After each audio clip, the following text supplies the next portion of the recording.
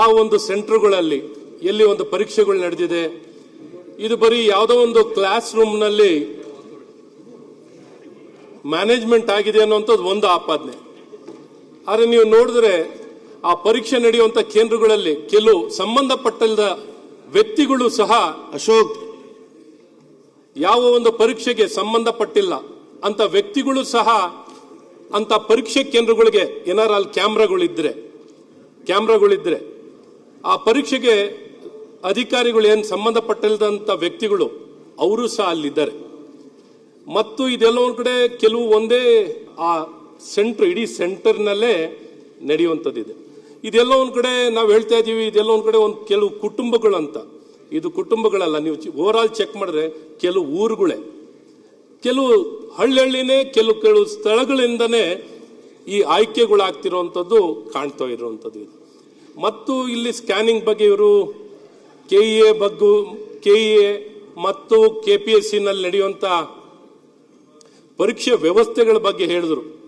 ಕೆಇನಲ್ಲಿ ಸಾಮಾನ್ಯವಾಗಿ ಪೇಪರ್ ಏನು ಆನ್ಸರ್ ಮಾಡ್ತಾರಲ್ಲ, ಕಾಪಿನಲ್ಲಿ ಮಾರ್ಕಿಂಗ್ ಮಾಡ್ತಾರಲ್ಲ, ಆ ಮಾರ್ಕಿಂಗ್ ಮಾಡಿದಂಥ ಪೇಪರ್ಗಳನ್ನು ಸಾಮಾನ್ಯ 1 ದಿನ 2 ದಿನದಲ್ಲೇ ಸ್ಕ್ಯಾನಿಂಗ್ ಮಾಡುವಂಥದ್ದಾಗುತ್ತೆ.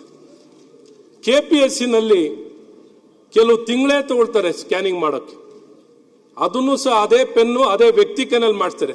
ನೀವು ಫೊರೆನ್ಸಿಕ್ ಕಳಿಸ್ರು, ಆ ಸ್ಕ್ಯಾನಿಂಗ್ ಮಾಡಿ ಕಳಿಸಿದಾಗ ಫೊರೆನ್ಸಿಕ್ ಕಳಿಸ್ರು ಸಿಕ್ಕಾಕೊಳ್ಳಲ್ಲ. ಯಾಕೆಂದ್ರೆ ಅಷ್ಟೇ ಪ್ರೆಷರ್ನಲ್ಲಿ ಹಾಕಿರುವಂತ ಅದೇ ಪೆನ್ನಲ್ಲಿ ಬಳಕೆ ಮಾಡಿರೋದ್ರಿಂದ ಸಿಕ್ಕಾಕೊಳ್ಳಲ್ಲ. ಈ ರೀತಿ ಇಲ್ಲಿ ಏನು ಹೇಳ್ತಿದ್ದಾರೋ ನಾನು ಕೇಳೋದು, ಇವತ್ತು ಸರ್ಕಾರದ ಜವಾಬ್ದಾರಿ ಇವರು ಹೇಳ್ತಾ ಇದ್ದಾರೆ. ಈ ಸೆಂಟರ್ಗಳು ಎಲ್ಲಾ ಕಡೆ ಪರೀಕ್ಷೆ ನಡೆಯುತ್ತಲ್ಲ ಸರ್, ಈ ವಿಜಿಲೆನ್ಸ್ ಮಾಹಿತಿಗಳನ್ನು ಮಾನಿಟರಿಂಗ್ ಸರ್ಕಾರಕ್ಕೆ ಇಂಟೆಲಿಜೆನ್ಸ್ ಇನ್ಫಾರ್ಮೇಶನ್ ಇರಲ್ವಾ? ಇನ್ಫಾರ್ಮೇಶನ್ ಇಲ್ಲದೆ ನಡೆಯುವಂಥದ್ದಾಗುತ್ತಾ? ನಾನು ಯಾಕೆ ಇದೇನು ಹೇಳ್ತಿದ್ದೀನಿ, ಇವತ್ತು ಅಂಥದ್ದೇನಾರ ಸುಧಾರಣೆನಲ್ಲಿ ಇಂಟರ್ವ್ಯೂ ಮಾಡಬೇಕು, ಅವ್ರು ಮಾಡಬೇಕಾಗಿದ್ರೆ ಅಲ್ಲಿ ಮಾಡ್ಕೊಳ್ಳಿ ಸಭಾಧ್ಯಕ್ಷರೇ.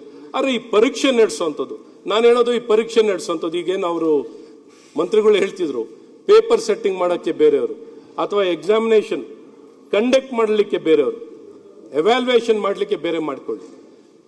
ಈ ರೀತಿ ಪ್ರತ್ಯೇಕ ಏನಾದ್ರು ಮಾಡಿಕೊಂಡ್ರೆ, ಪ್ರತ್ಯೇಕವಾಗಿ ಜವಾಬ್ದಾರಿಗಳನ್ನು ಹಂಚಿಕೆ ಮಾಡ್ಕೊಳ್ಳುವಂಥದ್ದಾದ್ರೆ ಇದಕ್ಕೇನಾದ್ರು ಒಂದಿಷ್ಟು ಪರಿಹಾರ ಕಾಣ್ಬೋದು. ಇವತ್ತು ಇದೆಲ್ಲ ವ್ಯವಸ್ಥಿತವಾಗಿ ಇವತ್ತು ಸರ್ಕಾರದಲ್ಲಿ ನಾನು ಹೇಳಕ್ಕೆ ಇಷ್ಟಪಡ್ತೀನಿ ಏನು ಅಂದ್ರೆ, ಸಾಮಾನ್ಯವಾಗಿ ಯಾರ್ಯಾರು ಯಾವ ಸರ್ಕಾರದಲ್ಲಿ ಬರುತ್ತಾರೆ ಸಾಮಾನ್ಯವಾಗಿ ಏನು ಅಂದ್ರೆ ಅವ್ರವ್ರಿಗೆ ಬೇಕಾಗಿರೋ ಜನಗಳನ್ನ ಸಾಮಾನ್ಯವಾಗಿ ನೇಮಕಾತಿ ಮಾಡಿಸ್ಬೇಕು ಅನ್ನೋಂಥದ್ದು ಆ ಉದ್ದೇಶಗಳು ಇರುವಂತದ್ದು ನಾವು ಯಾವಾಗಲೂ ಕೇಳ್ಪಡುವಂಥದ್ದು ಆಗ್ತದೆ. ಇದು ಇಲ್ಲೂ ನಡೆದಿರುವಂಥದ್ದು ಆಗ್ತಿದೆ. ಮತ್ತೆ ಇನ್ನೊಂದು ಬಹಳ ಮುಖ್ಯವಾಗಿ ಏನ್ ಹೇಳಕ್ ಇಷ್ಟಪಡ್ತೀನಿ, ಈ ಪರೀಕ್ಷೆಗಳು ನಡೆದು ಸಭಾಧ್ಯಕ್ಷರೇ, ಈ ಪರೀಕ್ಷೆಗಳು ನಡೆದ ನಂತರ ರಿಸಲ್ಟ್ ಬಂದ ನಂತರ ತುಂಬಾ ಜನ ಸರ್ಟಿಫಿಕೇಟ್ ಎನ್ಕ್ಲೋಸ್ ಮಾಡಿರಲ್ಲ, ಅಂತ ಸರ್ಟಿಫಿಕೇಟ್ಗಳನ್ನ ರಿಸಲ್ಟ್ ಬಂದಾದ್ಮೇಲೆ ಎನ್ಕ್ಲೋಸ್ ಮಾಡುವಂತದ್ದಾಗುತ್ತೆ. ಫಿಸಿಕಲಿ ಹ್ಯಾಂಡಿಕ್ಯಾಪ್ ಸರ್ಟಿಫಿಕೇಟ್ಗಳು, ಬೇರೆ ಬೇರೆ ಸರ್ಟಿಫಿಕೇಟ್ಗಳು ಯಾವ ಕೋಟಾದಲ್ಲಿ ಹೋದ್ರೆ ನಮ್ಗೆ ಉದ್ಯೋಗ ಸಿಗುತ್ತೆ, ಯಾವ ಖಾಲಿಗಳು ರಿಸಲ್ಟ್ಗಳಲ್ಲಿ ಏನೇನು ವೇಕೆನ್ಸಿ ಸಿಗುತ್ತೆ ಅಂತ ನೋಡ್ಕೊಂಡು ಸರ್ಟಿಫಿಕೇಟ್ಗಳು ಎನ್ಕ್ಲೋಸ್ ಮಾಡುವಂತದ್ದಾಗ್ತಿದೆ. ಹಾಗಾಗಿ ಇವೆಲ್ಲ ನೋಡಿದಾಗ ಇಲ್ಲಿ ಒಟ್ಟಾರೆ ವ್ಯವಸ್ಥಿತವಾಗಿ ಇಲ್ಲಿ ಜಾಲ ಇರುವಂತದ್ದು ಕಾಣುವಂತದ್ದಿದೆ. ಇದಕ್ಕೆ ಕಡಿವಾಣ ಹಾಕುವಂಥದ್ದು ಆಗ್ಬೇಕು. ಮತ್ತು ಪರೀಕ್ಷೆಗಳು ಕೇವಲ ನೀವೆಲ್ಲಾ ಪರೀಕ್ಷೆಗಳನ್ನ ಇಂಟರ್ನಲ್ ರಿಸರ್ವೇಶನ್ ಆಧಾರಿತವಾಗಿ ಅಗ್ರಿಕಲ್ಚರ್ ಆಫೀಸರ್ಸ್ ಎಕ್ಸಾಮ್ ನ ಕ್ಯಾನ್ಸಲ್ ಮಾಡಿದ್ರಿ, ಸರ್ವೆ ಡಿಪಾರ್ಟ್ಮೆಂಟ್ ಕ್ಯಾನ್ಸಲ್ ಮಾಡಿದ್ರಿ. ಆದ್ರೆ ವೆಟರ್ನರಿ ಮಾತ್ರ ಯಾಕೆ ಎಕ್ಸಾಮ್ ಕಂಡಕ್ಟ್ ಮಾಡಿದ್ರಿ? KPSC-ನಲ್ಲಿ ತುಂಬಾ ಎಕ್ಸಾಮ್ ಕ್ಯಾನ್ಸಲ್ ಆಯ್ತು, ಅರೆ ವೆಟರ್ನರಿ ಡಿಪಾರ್ಟ್ಮೆಂಟ್ ಮಾತ್ರ ಎಕ್ಸಾಮ್ ಹೆಂಗ್ ಕಂಡಕ್ಟ್ ಮಾಡಿದ್ರಿ? ಅದಕ್ಕೇನ ಪ್ರತ್ಯೇಕವಾಗಿ ಏನಾದ್ರು ಇಟ್ಕೊಂಡಿದ್ದೀರಾ? ಸೊ ಈ ರೀತಿ ಇವೆಲ್ಲವನ್ನು ನೋಡಿದಾಗ ಹಸ್ತಕ್ಷೇಪ ಅಥವಾ ಇನ್ವಾಲ್ವ್ಮೆಂಟ್ ಯಾರ ಇನ್ಫ್ಲೂಯೆನ್ಸ್ ನಲ್ಲಿ ಆಗುವಂತದ್ದೇ ಇದೆ. ಈ ನೇಮಕ ಆಗೋದು ಸರ್ಕಾರದಿಂದನೇ ನೇಮಕ ಆಗುವಂತದ್ದು ಆಗುತ್ತೆ. ಇವೆಲ್ಲ ಹಿನ್ನೆಲೆಯಲ್ಲಿ ನಾನು ಸರ್ಕಾರವನ್ನ ಒತ್ತಾಯ ಮಾಡೋದೇನು,